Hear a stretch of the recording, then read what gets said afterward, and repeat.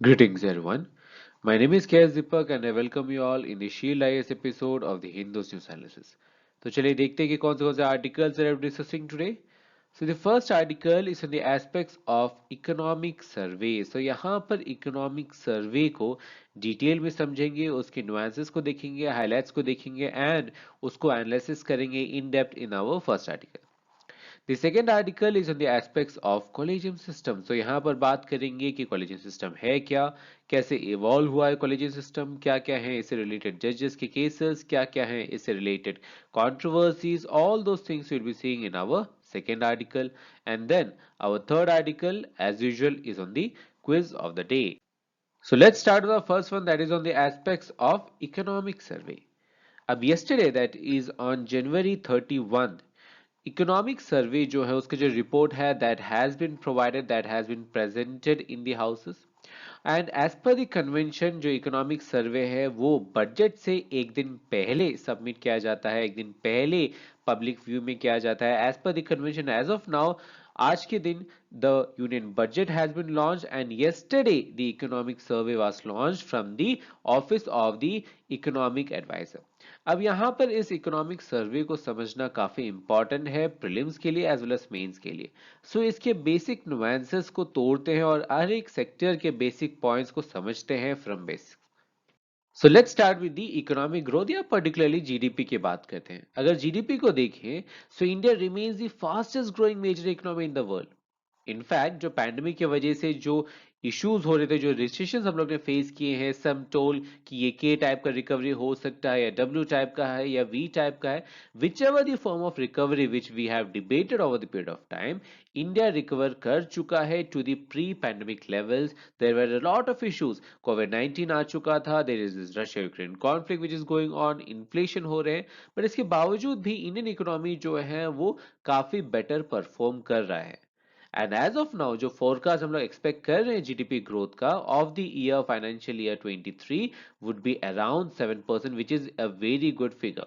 At the same time, अगर similar growth or developments or stability over the globe रहे, then in the financial year of 24, we can expect a GDP of 6 to 6.8%. At the same time क्योंकि GDP growth काफी अच्छा है, काफी अच्छा development हो रहा है, that is why India has become the third largest economy with respect to the purchasing power parity and fifth largest in terms of the exchange rate. Now this is a very important point from prelims point of view. Prelims में ऐसे questions आते हैं, so please note down this point. The second aspect is with regards to the inflation. काफी सारे debates होते रहे हैं कि इन्फ्लेशन बढ़ रहा है, काफी सारे इश्यूज हैं, कई कंट्रीज में स्टैगफ्लेशन हो रहे हैं. सो एज ऑफ ना अगर बात करें सो इन्फ्लेशन जो है, इन्फ्लेशन इज हायर. हमारा जो इन्फ्लेशन है एज ऑफ द ईयर 2022 या पर्टिकुलरली बात करें अप्रैल महीने में जो इन्फ्लेशन है that was peaked around 7.8%. Now you must be knowing कि इंडिया के पास या पर्टिकुलरली कहें आरबीआई के पास, that is the central bank of India, उनके पास एक कमिटी है known as the monetary policy committee, जो कि इन्फ्लेशन को टारगेट करता है, जो कि डिसाइड करता है कि किस इन्फ्लेशन को टारगेट करें. And as per the recommendations of this committee जो इन्फ्लेशन जो हम लोग टारगेट करते थे that was 4% plus or minus 2%. That means either it should be 2% inflation या it should be 6% inflation. But you know कि as of now it was an inflation of 7.8%. That means जो हमारा upper tolerance limit था that is 6%, उससे भी ज़्यादा inflation हम लोग देख रहे थे. And we expect कि in the near future हम इस inflation को हम कम कर पाए. बट इवन आफ्टर हमने अपने अपर लिमिट को, अपर टॉलरेंस लिमिट को हमने ब्रीच कर दिया है, बट अगर ओवर द ग्लोब हम बात करें so over the globe India has better perform और इंडिया का जो इन्फ्लेशन है वो बेटर कंट्रोल है इन कंपैरिजन और in vis to the other countries over the globe. अब बात करते हैं करंट अकाउंट डेफिसिट की.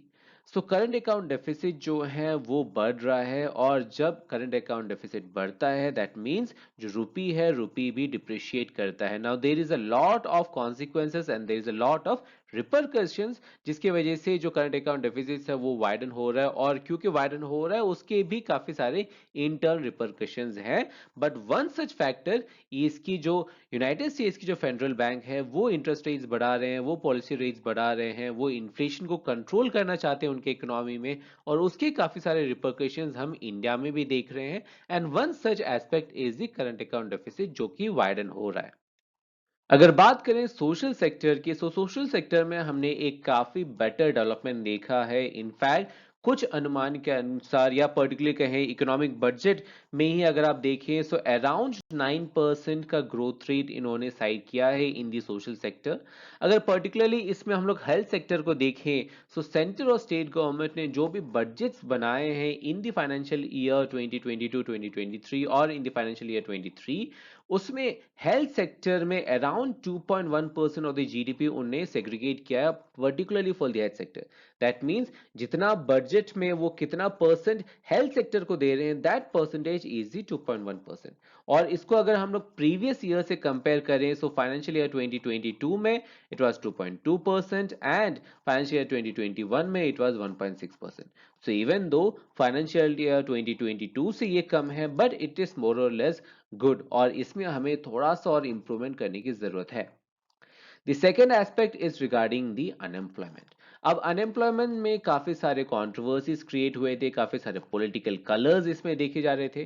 बट अगर हम अनएम्प्लॉयमेंट की बात करें तो according to the government figures unemployment जो रेट है इट हैज रिकवर्ड। जो प्री कोविड लेवल्स था इंडिया में वो रेट में हम अभी पहुंच चुके हैं। फॉर एग्जाम्पल यहाँ पर अगर रेट्स की बात करें तो जो अनएम्प्लॉयमेंट रेट है it was around 5.8% in the year 2018-19, but as of now वो गिर चुका है। it has decreased to 4.2% in the year 2020-2021। अब अगर एजुकेशन की बात करें so few days back we had an another report known as all India survey of higher education which I have discuss in our news analysis also. और इस report में भी discuss की हायर एजुकेशन में जो ग्रोथ एनरोलमेंट रेशियो है that has improved a lot. Similarly अगर आप प्राइमरी एजुकेशन की बात करें तो वहां पर भी ग्रोथ एनरोलमेंट रेशियो जो है वो इंप्रूव किया है। एंड जेंडर पैरिटी जो फीमेल्स में जो एनरोलमेंट है that has also increased and that is a very good image।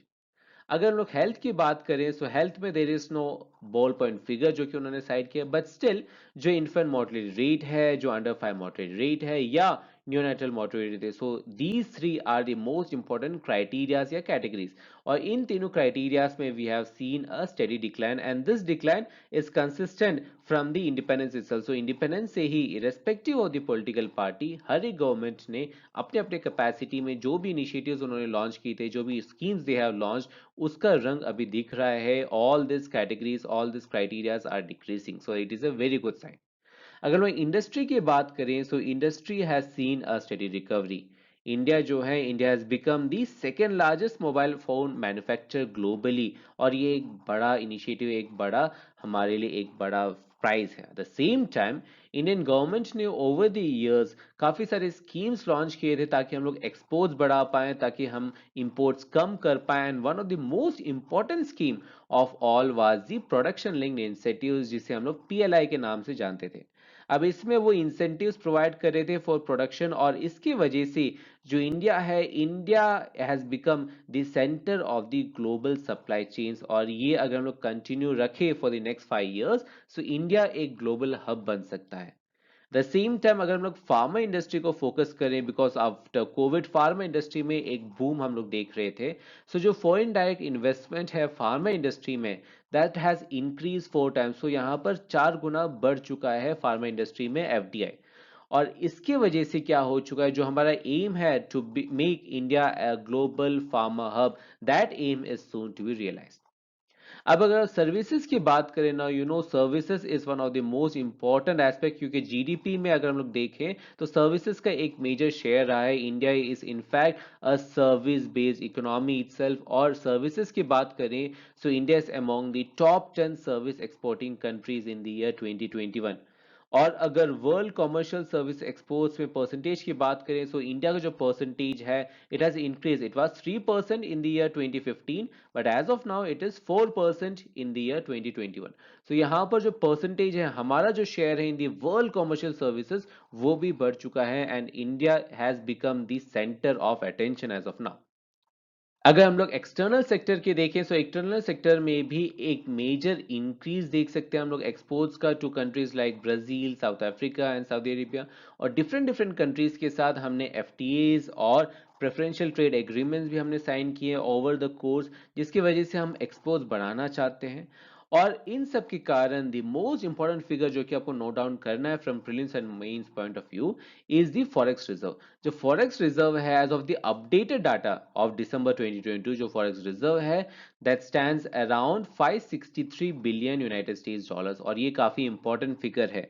और इस अमाउंट के बेसिस पर जो अमाउंट ऑफ मंथ्स है, जो नंबर ऑफ मंथ्स है जिसमें हम इंपोर्ट्स को कवर कर सकते हैं, उस कवरेज को हम कहते हैं import cover. And as of now इस अमाउंट के बेसिस पर हम अराउंड 9.3 मंथ्स का जो इंपोर्ट है वो हम कवर कर सकते हैं। So it's kind of an buffer amount for us, और ये डाटा जो है ये प्रीलिम्स और मेंस के लिए काफी इंपॉर्टेंट है।